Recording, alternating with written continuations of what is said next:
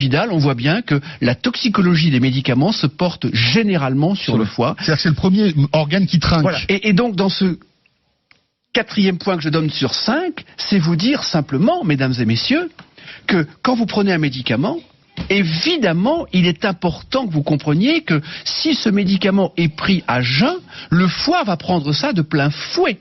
Donc, d'une façon générale, il faut prendre les médicaments au moment des repas, et notamment pour les Feralgan, et notamment pour le paracétamol, qui est un médicament qui est pris par certaines ou par certains comme des bonbons. Eh bien, le paracétamol, mesdames et messieurs, peut vous provoquer une insuffisance hépatique foudroyante, définitive, qui va nécessiter une greffe de foie. Donc, le paracétamol, c'est jamais entre les repas, c'est obligatoirement pendant les repas. D'accord. C'est une faute majeure des médecins. Oui, mais quand on a mal à la tête. Eh bien, on mange avec. On prend le paracétamol et en même temps on mange. Oui, mais si vous dites qu'il faut pas manger entre les repas. Si on a mal à la tête entre les repas, qu'est-ce qu'on fait ? On mange une pomme, on mange un yaourt, on mange un fromage blanc. Avec, ça permet d'accompagner et de préserver le foie de Nipastase. Parce que si vous voulez, je connais des patients. En gros, pas de Doniprane à jeun, quoi. Voilà, jamais. Pas de paracétamol entre les repas. Et si vous prenez un paracétamol. L'ibuprofène, même chose. C'est pareil, c'est encore pire. C'est une bombe nucléaire. Parce que c'est pas le fait de prendre un ibuprofène comme ça dans la vie. C'est quand on prend de l'ibuprofène, il y a des gens qui en prennent, mais vraiment tout le temps. Et ça, ça ne va pas. Et l'aspirine, c'est mieux ou pas ? L'aspirine, ça a surtout un impact sur l'estomac et ça fait saigner et ça peut donner des gastrites.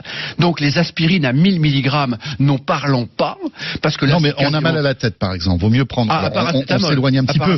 Paracétamol, ibuprofène ou aspirine, absolument. Plutôt paracétamol. Absolument. Alors je résume. Évidemment, boire de l'eau. Évidemment, laisser reposer le foie entre les repas. Évidemment, diminuer les sucres trop rapides et plutôt que du riz, prendre des pâtes, par exemple. Plutôt que du pain blanc sans aucune qualité, prendre du pain complet. C'est évidemment du gras, c'est de l'huile d'olive, c'est du poisson, c'est éviter un excès de fromage ou un excès de beurre, mais tout en mangeant du fromage et du beurre. C'est évidemment, comme je vous le dis, ne pas prendre trop de médicaments, car au-delà de 4 médicaments, les transporteurs sanguins, dont le foie est un activateur, ne peut plus transporter les médicaments. Donc, sur 10 médicaments, le foie va en transporter que 4. Donc, de toute façon, il y a déjà 6 médicaments à jeter. Et le foie doit les métaboliser pour les ramener au rein. Et quand un foie ne fonctionne pas, c'est une insuffisance rénale. Et dernier point majeur, alors là, le 5e point, si vous voulez garder un foie, et je vais résumer le tout si vous le permettez, c'est évidemment un verre d'alcool pendant un repas. Et le foie est un organe qui ne supporte pas l'alcool. C'est-à-dire que ça détruit tous les réseaux structurants de la fonction hépatique. Et évidemment, quand les réseaux L'alcool est l'ennemi du foie. Ah, c'est le premier ennemi du foie. Le deuxième ennemi du foie, et là je vais le dire maintenant, c'est l'hyperstress, c'est la fatigue, et j'en parlerai pas aujourd'hui, j'en parlerai dans une prochaine émission sur le stress, mais concrètement, l'alcool plus le stress, plus le tabac, plus manger entre les repas, fait que le foie ne va pas résister un siècle. C'est-à-dire qu'un foie, c'est fait pour un humain qui peut vivre 3 siècles, sans aucun problème.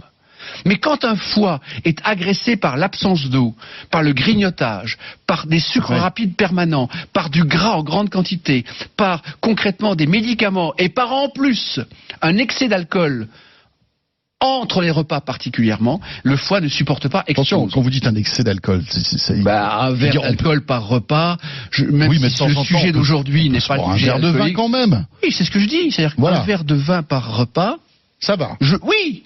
Mais quand vous êtes à de l'alcool entre les repas, ça ne va pas. Donc je résume le tout. Christian, je résume le tout. Le café. Le café, c'est bien. Le café, c'est bien. Le café, le foie, jusqu'à 4-5 cafés, il n'y a aucun problème. D'accord. 2 thés, aucun problème. Parce qu'on a des auditeurs qui disent le radis noir ne fonctionne pas pour détoxifier le foie. Et d'ailleurs, je dirais que la crise de foie est un concept typiquement français.